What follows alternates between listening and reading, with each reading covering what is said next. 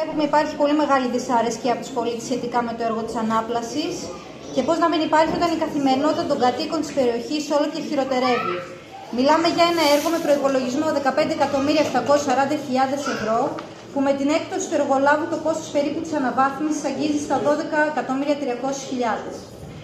Από προσωπική γνώση συμμετέχοντας σε δημόσια έργα, μπορώ να σας αναφέρω χαρακτηριστικά ότι στα έργα ειδοποιίας, παραδείγματος χάρη στην Εγνατία εδώ για τη διάνοιξη 2,5 χιλιόμετρων οδικής σύραγγας, το κόστος της δεν ξεπερνούσε τα 12 εκατομμύρια. Για την Επταπεργείου προβληματιζόμαστε σε σχέση με το κόστος που προκύπτει για την ανάπλασή της. Εκτιμούμε ότι με τα χρήματα αυτά, με σωστή διαχείριση, πολλά περισσότερα θα μπορούσαν να γίνουν, γιατί τέτοια έργα πρέπει να συνοδεύονται και με άλλες μελέτες και να μην υπάρχει μελέτη μόνο πεζοδρόμησης και δεντροφύτευσης.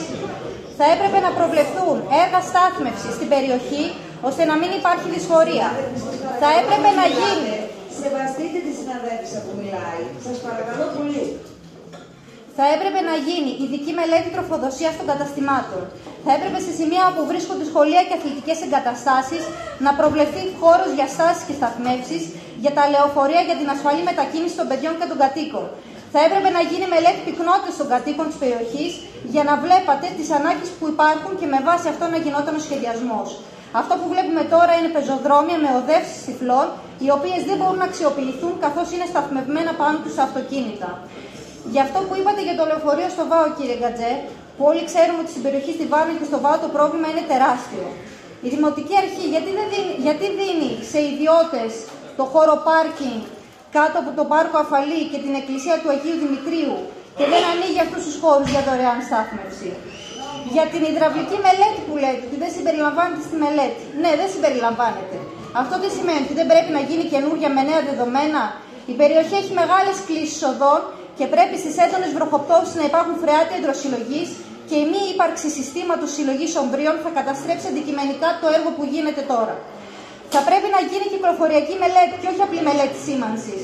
Θα πρέπει να υπολογιστούν τα κυκλοφοριακά φορτία, να υπολογιστεί ο αριθμός των οχημάτων και οι απαιτήσεις για πάρκινγκ σύμφωνα με τις όμορες κατοικίες και επιχειρήσεις. Μιλάμε λοιπόν για ένα έργο βιτρίνας τη στιγμή που τα λαϊκά στρώματα της πόλης μας στερούνται βασικών έργων υποδομής.